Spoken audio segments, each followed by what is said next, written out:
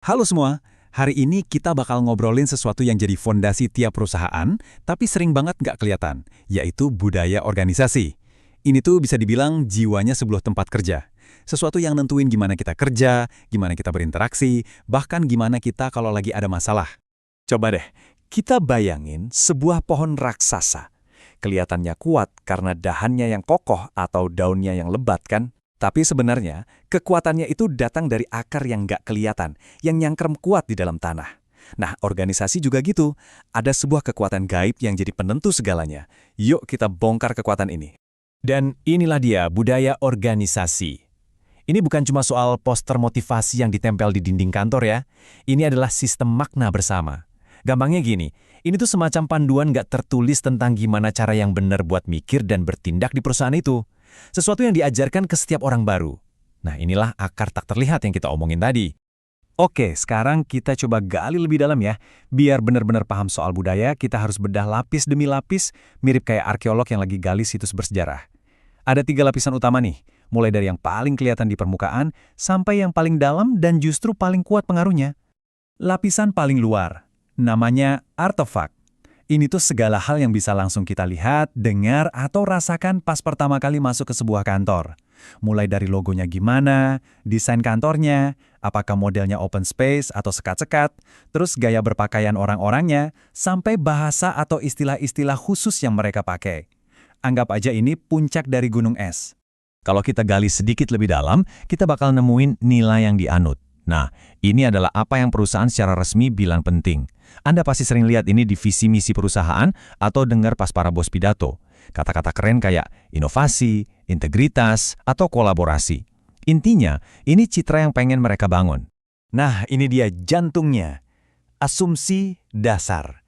Ini adalah keyakinan yang udah saking dalamnya, saking mendarah dagingnya, sampai nggak perlu diomongin atau dipertanyakan lagi. Ini adalah cara main yang sesungguhnya di perusahaan itu, yang kadang bisa jadi beda banget sama nilai-nilai yang mereka gembar-gemborkan. Jadi, poin pentingnya, lapisan inilah yang paling kuat ngendalin perilaku kita sehari-hari. Oke, sekarang kita udah tahu lapisannya. Terus, gimana cara kita mengkategorikan jenis-jenis budaya ini? Untungnya ada alat bantu yang keren banget buat mendiagnosis kepribadian sebuah organisasi. Kita akan pakai yang namanya Competing Values Framework buat memetakannya. Nah, ini kerangkanya. Simpel tapi dalam banget. Model ini ngebagi budaya pakai 2 sumbu. Sumbu yang vertikal itu nanya, perusahaan ini fokusnya lebih ke urusan internal, ke dalam, atau lebih fokus keluar, ke pasar dan kompetitor. Terus sumbu horizontalnya nanya, perusahaan ini lebih menghargai fleksibilitas atau lebih suka stabilitas dan kontrol. Nah, perpotongan dari 2 sumbu inilah yang ngehasilin 4 tipe budaya yang bakal kita bahas satu persatu. Tipe pertama itu budaya klan. Bayangin aja, ini kayak keluarga besar. Fokus utamanya ya ke hubungan antar orang, kerja tim, dan ngejaga semangat bareng-bareng. Pemimpinnya di sini lebih kayak mentor atau fasilitator, bukan bos yang galak. Di sini, sukses itu diukur dari seberapa kompak dan solid timnya. Selanjutnya, budaya adhokrasi. Nah, ini tempatnya para inovator dan pendobrak. Suasananya dinamis banget. Selalu ngedorong orang buat kreatif, berani ambil resiko, biar bisa terus tumbuh. Pemimpinnya itu para visioner yang nggak takut buat coba-coba hal baru. Coba bayangin perusahaan startup teknologi yang geraknya super cepat.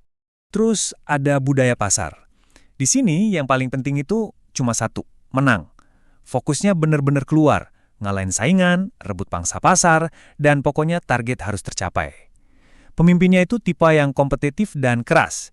Yang penting hasilnya kelihatan. Result oriented banget deh. Dan yang terakhir, budaya hierarki. Ini budaya yang cinta banget sama struktur, prosedur, dan stabilitas.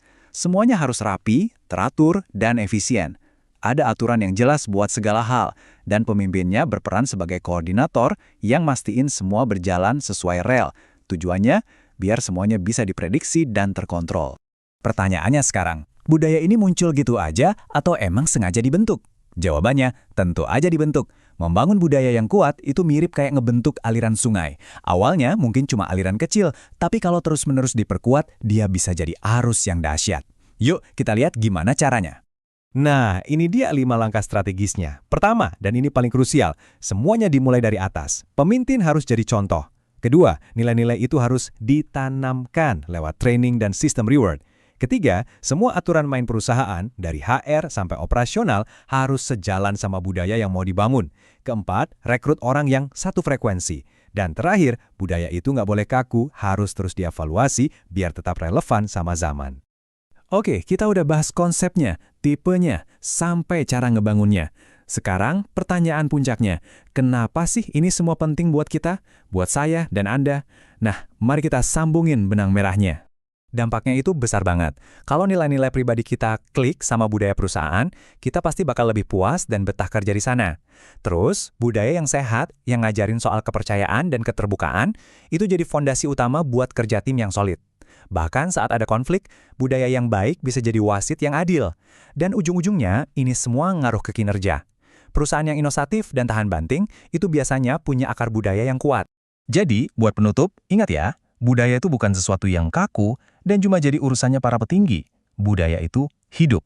Dia dibentuk dari setiap tindakan, setiap obrolan, dan setiap keputusan yang kita semua ambil setiap harinya. Pertanyaannya sekarang untuk kita renungkan adalah, apakah selama ini kita hanya jadi penonton pasif, atau kita adalah arsitek yang aktif ikut ngebangun budaya di sekitar kita?